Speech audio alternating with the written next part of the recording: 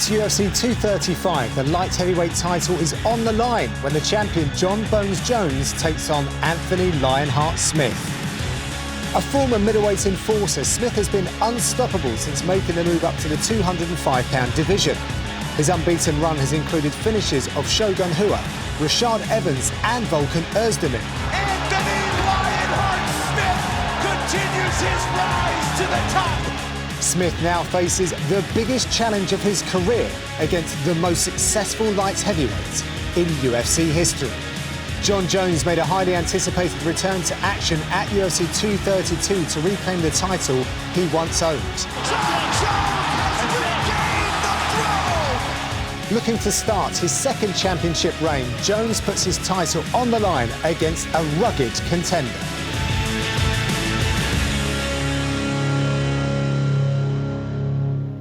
Hello and welcome to UFC Inside the Octagon. John Gooden, Dan Hardy back with you for this big pay-per-view event. UFC 235 is for the 205-pound gold between the reigning champion Johnny Bones Jones and the new challenger Anthony Lionheart Smith. I love this, Dan. Yes. It's a little different. We've I not like looked a new at Smith challenger. before. I like a new challenger, and I'm very excited about Anthony Smith. As you know, Yeah. we've called a couple of his fights. I think he's not only impressive inside the octagon, but he's also very impressive outside. He's got a real mind on him as well, and I think that's where he contends in this fight. OK, well, let's look at some facts and stats first. Equal height, obviously the reach. We always talk about Wild. reach with John Jones. It's crazy. I mean, same height, but with an 8-inch reach advantage is unheard of. It's crazy, and John Jones being able to use that reach as well is one of his main benefits to his game. Anthony Smith needs to make up for that reach deficit by getting inside it as quickly as possible, and that's where his confidence, his aggression comes into play. Confidence and aggression based on the fact that he's got a massive amount of experience and such a quick rise as well. Super quick, super quick. Right, let's look at some numbers then. This is, on paper, this is no disrespect to Anthony Smith because no one looks good against Jones on paper, do they? No, they don't. When you have the most of everything, you look bad by comparison. For sure, yeah, absolutely. All we can do really is look at Anthony Smith's, the stats that we are presented with. I mean, the longest active finishing streak in light heavyweight, and he's taken out two former champions in that process, and he's doing it very quickly as well. We know he's got power in his hands. We know he's got the confidence to make sure that power counts in the right circumstances as well, which is really a narrative going into this one. And then, 6 finishes in 7 UFC wins. He's not interested in hanging about. Well, shall we start with the challenger then? OK. And Anthony Smith, and just see how he's going to approach this one. Yeah. Because that's the starting point, right? Well, it's aggression. It is down to aggression. Basically, we've already set this playlist up. He is closing people down very, very quickly, forcing them to deal with his right side attacks, his kicks, his knees, his right hand, his right hook is another good shot as well. But the pressure that he puts people under, and there's an element of recklessness to his style, which I think might be a slight technical deficit. He came to mixed martial arts after he came to fighting. He was a fighter before he was a martial artist. He's got a wrestling background, but there's a rawness to the style of fighting that he has. And I think it actually does him a bit of a disservice because I think he's smarter than his technique shows. We know he's got power. I mean, look, I just want to pull this back because I think a lot of people discounted this shot that he landed on Thiago Santos, which is another fight I would love to see a rematch at light heavyweight. Now they've both moved up. I mean, Thiago Santos has got a very reckless, a very wild style. So Anthony Smith was forcing him. You can see Anthony Smith scooting around to that side of the octagon, forcing Thiago Santos to deal with the power shots on the right side of Smith. But one thing he uses really well to do that is the check left hook. Against Shogun, he caught him 3 or 4 times with it before he started the flurry for the finish. And it's so accurate. He just pops it out there right on the temple, the side of his chin. I mean, that was a casual counter shot as Santos is jumping in. And knowing fighters, knowing when they get caught with shots, there are certain things that tell me that they're hurt. Now, this point here, Santos looks all right here. This right leg malfunctions, though, as he goes to put it down. It's the only way I can explain it. It does. It doesn't respond as a conscious fighter's leg would. You'll see what I'm talking about here, because it kind of goes awkward and stiff. There, look, and he loses his footing. That was all from a glancing left hook shot, which a lot of people counted out. Anthony Smith didn't, though. He knew he was hurt. And this is the terrifying thing about Anthony Smith. Look how his fists are way further forward than his body. He's sprinting at his opponent, but he's not discouraged by missing some of these shots. They're just bridging the gap so when he does close them down and land, like he did against Shogun, where he closed him down and hit him with that clean elbow. You know, the aggression, here we go again, look, against Andrew Sanchez. Missed the first few shots. Sanchez felt like he was using Roy Jones' head movement getting out of the way and then run straight onto a knee. There's no end to the combinations of Anthony Smith if he feels like you're hurt. Here again, look, Shogun. A lot of these shots are tapping, touching the guard just to keep Shogun backing up and flustered and feeling like he's under attack. Backs him up, backs him up, backs him up. Whack, clean elbow. It's not that the crazy attack that it seems, is what I'm trying to say. It's a considered approach. He'll catch you with a shot, he'll back up, he'll read you, he'll catch you with a left hook, he can see your legs go, and then he'll start edging forward. And he looks for an opportunity to not land a clean punch, but to get your guard up and get you moving back. And once your guard's up and you're moving back, it's so difficult to get back into the fight from that point. You're going to hit the fence, and then you're going to land. Then he's going to land an elbow. A lot of the flurry is about that backward momentum that he needs his opponent to be engaged in before he lands the power shot. Yeah. And with a deficit like 8 inches in reach, you kind of need to sprint at John Jones a little bit. John Jones needs to feel like he's in a fight after that first round. You've got to be careful going in against Jones, surely, because he's got these long limbs, he's super accurate. I mean, people have tried it before, right? What have we got for people that are walking into that wood chipper? I want to talk about the last fight, the Gustafsson fight. One of the motivators for John Jones coming into this fight is the fact that people thought the first one was close. Yeah. So I feel like John Jones got into this fight to make it look easy. And all the way through the fight, what you're seeing with John Jones is this constant tactics where he's interrupting Gustafsson. As we're playing this through, just watch Gustafsson. You get the feeling that every time he goes to start something, John Jones intercepts it. He goes to start something, there's a kick, there's a chop. There's always something that's distracting Gustafsson from his own attack. And John Jones is playing. The more times I watched this, the more I felt like this is John Jones playing with a guy in the gym that he knows isn't as good as him. Like, if this was a sparring session at the Jackson Wink camp and Gustafsson had just showed up to get some rounds with John Jones, I would imagine this is how Jones would spar with someone that he feels like he can beat comfortably. But Gustafsson here was missing so many shots, it was starting to discourage that forward momentum, which is where Anthony Smith can't get caught up in. Like, look at this. You can see from this aerial angle that he's following John Jones. So follow, cut across, force him back, but hesitate, not sure when to attack. And then John Jones just finds his way off the fence. That's the hesitation that we can't see from Anthony Smith, and that's the hesitation that John Jones had instilled in Gustafsson in those early rounds. Are you saying that John Jones is partaking in a little witchcraft? Quite possibly. I often think when I'm watching John Jones, this is witchcraft. So Anthony Smith cannot get put into John Jones' rhythm of a sparring contest. Yes. No, he can't. He can't. And if he does, he's going to be vulnerable to all the dangerous techniques that John Jones uses. And this, I'll call this playlist playing for keeps. Because John Jones is not scoring points to win on the scorecards. He's attacking limbs and joints to damage the opponent to make them less effective in the fight. If you watch the way that John Jones approaches these fights, you can feel that people feel there's a barrier in front of them. He creates an invisible wall that they can't get through. And every time they do try and edge forward through that wall, they're not only punished by getting caught with a shot, but they're oftentimes hurt, injured sometimes. Like, I mean, you could see the effect that has on Rampage there. He almost backs up, looks at the referee like, is that a legal shot? I mean, is he okay to be doing that? The meanness, the vindictiveness in the way that John Jones fights is a massive benefit to him, though. And if you do get caught up in this rhythm, and he does start to put some of these techniques together, you really don't know what to expect. I felt like this was a pioneering performance with ranged elbows from John Jones. And I feel like you said earlier when we were researching, Anthony Smith's kind of taken on some of this as well. Yeah. But Rashad Evans, there was no way he could have trained for this kind of offensive. No one in Rashad Evans' gym is going to be fighting like John Jones in this range, stepping in with elbows over the top. Against Glover Teixeira, he did the same thing, but at an even closer range because that's where Glover likes to fight. So John Jones stepped inside and beat him up in the clinch. And there was one other thing that was really important about this fight as well, and something that further underlines the vindictiveness of John Jones. Oh. Yeah, you know this one, right? I can feel it.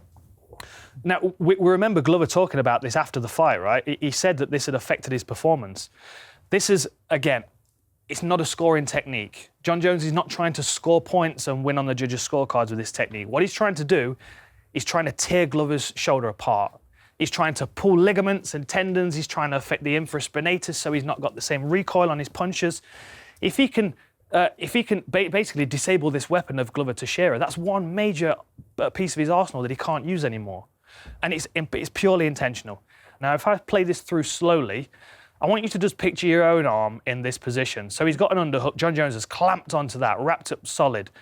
And what Jones is going to do, he's going to step into Glover just to fold the arm a bit more. A straight arm's no use. So John Jones is going to step in and crank. Look at that. Yep. Now, that's the first one. Think of the position. I've got fairly flexible shoulders, thanks to George St. Pierre. My arm doesn't want to go in that direction, right? That was the first one. Watch the second one. Watch the way he cranks this. Moves him in again, bends the arm one more time and cranks. You can see the reaction of Glover trying to alleviate the pain in his shoulder. What I found interesting is that actually affected the fight. We know it affected the fight. The first time he clinched with Gustafsson, he does the same thing on the far side. He does the same thing on the far side. If you're fighting Gustafsson, you know he's got a hell of a right hand. Let's just see if we can take that away from him in the first round, you know? Like, watch this. They clinch up. John Jones steps in with the intention of wrapping over that arm, clamps it in, pulls it into his side, and then the crank on it. I mean, the intention is to injure. There's no doubt about it. Both hands together. Crank. I mean, that vindictiveness in his technique is the danger of getting caught in that sparring match with John Jones, where you're like, oh, yeah, OK, we're just playing, and then wham, he steps in with an elbow. Or he clinches you and tries to rip your arm out of the socket. Like, they're techniques that don't win the rounds. They're the techniques that change people's fighting careers. You know what I mean? Like, John Jones is playing for keeps. He's trying to damage these people. He's taking pink slips. He's stealing their cars. He's doing all of it. Like, you don't want to find yourself in that playful range with John Jones, because that's when he starts bringing those out of the bag. We are only halfway there. We're going to take a break now. So much more. We've got one of the greatest of all time fighting. You're going to stay with us for this. We'll be back in a moment.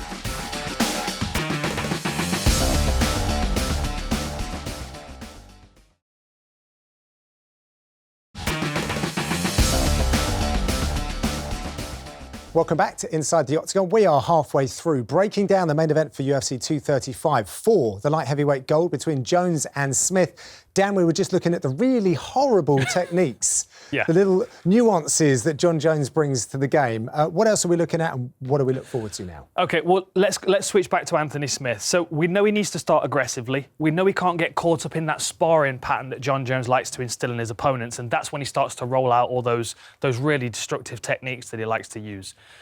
So oftentimes when people are facing John Jones, they kind of get caught up in that rhythm because it's John Jones. Yeah, you know? The witchcraft. It's the witchcraft. It's the John Jones witchcraft. So you can imagine Anthony Smith's been building John Jones up in his head. He's the guy he wants to fight. I want to fight John Jones. He's the guy that's going to give me that feeling of anxiety before the fight. So is there a point where he's standing across the octagon before the fight starts and he looks over and he goes, oh, that's John Jones? That's the question. Because if that happens, then the potential for his game plan to fall apart is quite high. So what he needs to do is he needs to just fight his fight. Just take on what's in front of him, right? I like the focus that Smith has going into these fights. I like his energy stepping in there. He's very calm, he's very relaxed, he's very intelligent about how he allows the fight to play out. Like in the Volkan fight, he spoke about this before the fight even started. He wanted to let this fight breathe. He wanted to see what Volkan had to offer and kind of ride that power, let him burn himself out a bit. You know, give his best couple of rounds before Smith turned on. The benefit in the first round was that he managed to land a left hook that broke Volkan's nose, which, in my opinion, bought him even more time. I mean, look, that's a look over to me in the corner. He's like, having a good time. You know, he wanted the fight to be like this, a bit of a grind, a bit bloody, a bit messy.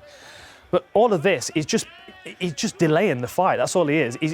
He's allowing the broken nose, the bleeding to affect Volkan's confidence and his conditioning, and he's just smothering.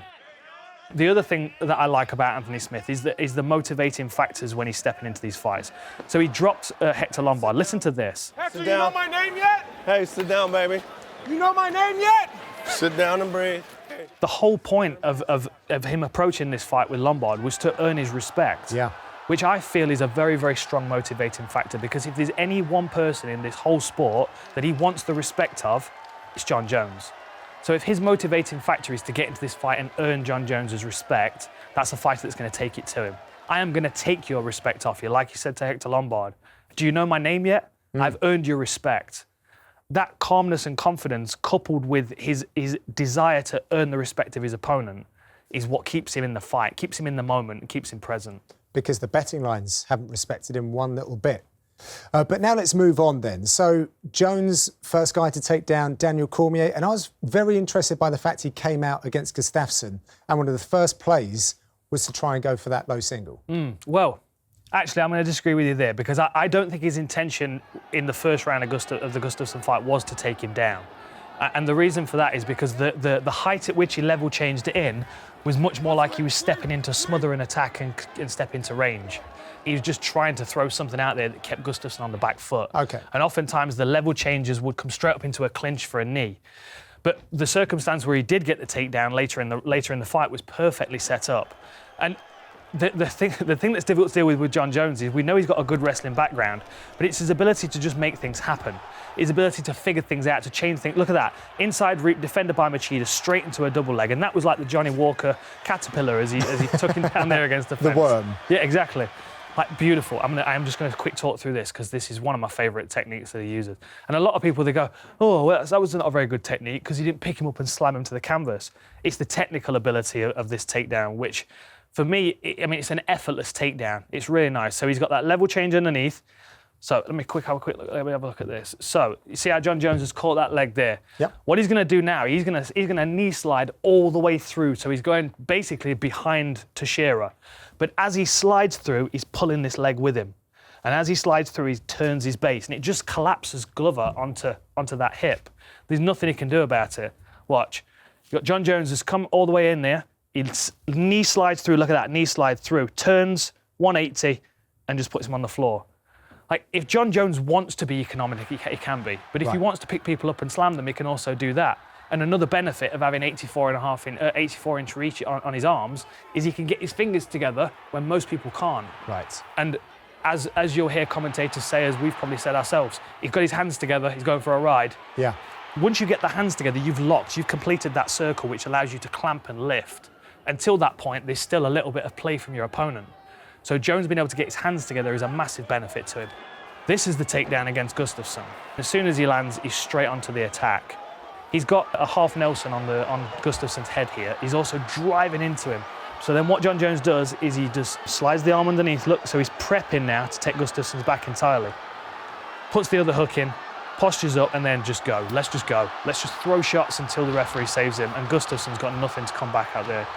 He's been talked one way and then the other. Then he's been flattened out and he's getting hit with shots when he thought he was defending a choke. And I feel very much like if John Jones wants the quickest route to success in this fight, it's exactly what he did to Gustafsson. Interrupt Smith's timing, force him into a bit of a defensive shell because he's not sure what's coming at him, set him up for the takedown, then don't let him get back up. Don't let him get back up. We've seen Smith being taken down in the past. We saw Volkan took him down. We've seen him grounded several times. He's not really too bothered about it. But against John Jones, you might not be able to get back up again. You made the point about not having a lot of resistance to the takedowns. He's pretty good on his back, is Smith. But what has he got in his arsenal that's going to be able to stop Jones from getting his hands on him, getting those hands together? Well, it's the tenacity and the scrappiness of his style ultimately, because I think if John Jones wants to take him down, he'll take him down. Right. And I think it's more, the onus is more on Anthony Smith to keep the fight moving if he does get stuck on the floor. Like this is a nice little technique that he uses. So Andrew Sanchez, a strong wrestler, a guy that won the Ultimate Fighter with his wrestling. Let me just point out this. That's Anthony Smith with two hands on one wrist, right? Now, I wouldn't say that this is a technique that he's been trained in the gym. This is much more, let me say this, it's much more mechanical than technical, let's put it that way. Okay. He understands that there's a technique to be used here, but he's more understanding the mechanics of the human body and what Andrew Sanchez is vulnerable to here. So if I'm in Andrew Sanchez's position, I'm in half guard top, I've got someone reaching and grabbing onto my wrist here, so my first thought is they're setting up a Kimura, right? So what Andrew Sanchez does is he pulls his arm into him and he drives his fist into the canvas. So that's locked in there now. He feels that's safe from a Kimura. But Anthony Smith's not looking for a Kimura. All he's trying to do is get that hand pinned so it's not going to move. So watch this. He keeps the hand pinned, then he's going to plant his right foot and he's going to bridge off it. As soon as he gets purchase on those toes, watch. Purchase, and then he's going to drive off it. But he keeps this hand pinned where it is. Because obviously if he's being bridged, where's my green? If Andrew Sanchez is being bridged over in this direction, what's the post? He's going to post this hand here. That's what stops the roll. But if Anthony Smith is controlling that, Then, as he bridges over, he just collapsed the arm underneath him. Just bumps him. It's, like I said, more mechanical than technical. It's not a technical escape, it's a mechanical escape. He understands how to move a human around. A great work with the butterfly hook here against Verheer. Keeps a hold of the headlock and stands back up. That is physical strength, that is. That is getting him moving with the underhook and then keeping clamped on and forcing him back to his feet. And something else he has to bear in mind if he does find himself in this circumstance, as he's getting back to his feet, John Jones is going to be raining shots at him. But Anthony Smith continues like he's unfazed. Keep hitting me. I'm thinking about my next attack. I'm not really bothered what you're doing. A benefit in this fight. Working his way off the fence as well. We know John Jones likes to push people up against the fence. He's going to have to be aggressive in certain areas just to make sure John Jones doesn't run away with this fight. And this is obviously the beautiful finish. Little bit of John Jones here. The reason being is because he's in a clinch, he's defending, he's not really that bothered, he's relaxed, he's fighting relaxed. So Rashad feels relatively safe here. What he doesn't notice is that Anthony Smith is slowly breaking his posture to bring his head down.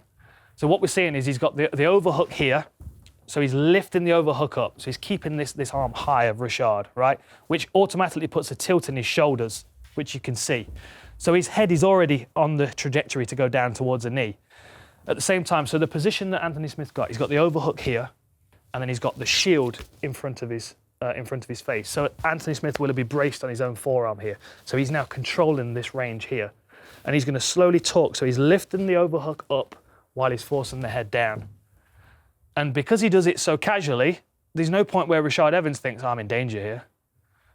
Breaks his posture, and then 0 to 60 straight away. Bang, there's the knee comes up. And he's out, one shot, clean. There is a danger of John Jones getting caught up in his own rhythm. If he decides we're having a sparring match and he thinks that Anthony Smith's bought into this and now they're having a nice sparring match where Jones can start taking advantage, Smith might have other thoughts. He might be able to do 0 to 60 and hit him with an elbow, hit him with a knee, start him on that back pedal, which then allows him to come forward with that Lionheart flurry and back him up against the fence. You're not going to get someone technical to beat John Jones. You're not going to get a high-level technician to come in and play technique with John Jones. It's not going to happen. You need someone that's going to be a bully to John Jones, that's going to push him around. That's not going to go, oh, John Jones, best pound-for-pound fighter on the planet. You need someone that's going to go, John Jones, I'm going to eat you. I'm going to tear you down. I'm going to take you apart. And that's the way that Anthony Smith fights, which is why I love watching him fight, because he's so aggressive and he's so exciting. But then you sit him down outside the octagon and he tells you exactly what he's doing because he's thought it all through. Yeah, love it. That is the main event for UFC 235. Why don't you keep the conversation going using the hashtag Inside the Octagon, the handle at UFC Europe. We will be back at the next show doing all of this stuff once again. But first of all, enjoy the fights and thanks for watching.